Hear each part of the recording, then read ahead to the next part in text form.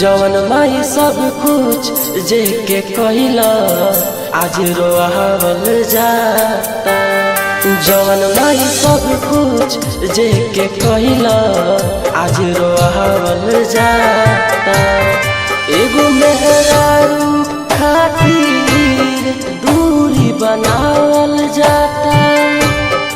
एगो मेहरारू खातिर दूरी बनावल जाता। जवन माई सब कुछ जे के कहिला आज रोआवल जाता। जवन माई सब कुछ जे के कहिला आज रोआवल जाता।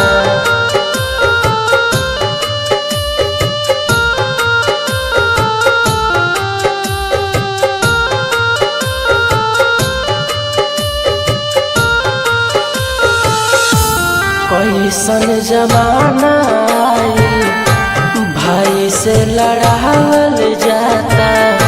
हिस्सा बखरा खातिर दूरी बनावल जाता।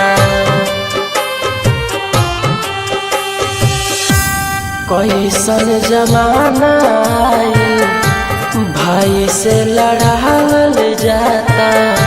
हिस्सा बखरा खातिर दूरी बनावल जाता। अब तब लिखे लगतिया फुर्सत से गवावल जाता।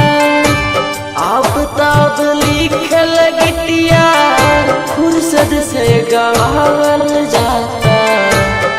जवन माई सब कुछ जे के कहिला आज रोआवल जाता। जवन माई सब कुछ जे के कहिला आज रोआवल जाता।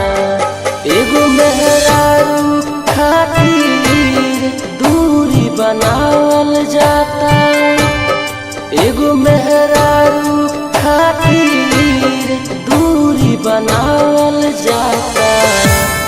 जवन माई सब कुछ जे के कहिला आज रोआवल जाता। जवन माई सब कुछ जे के कहिला आज रोआवल जाता।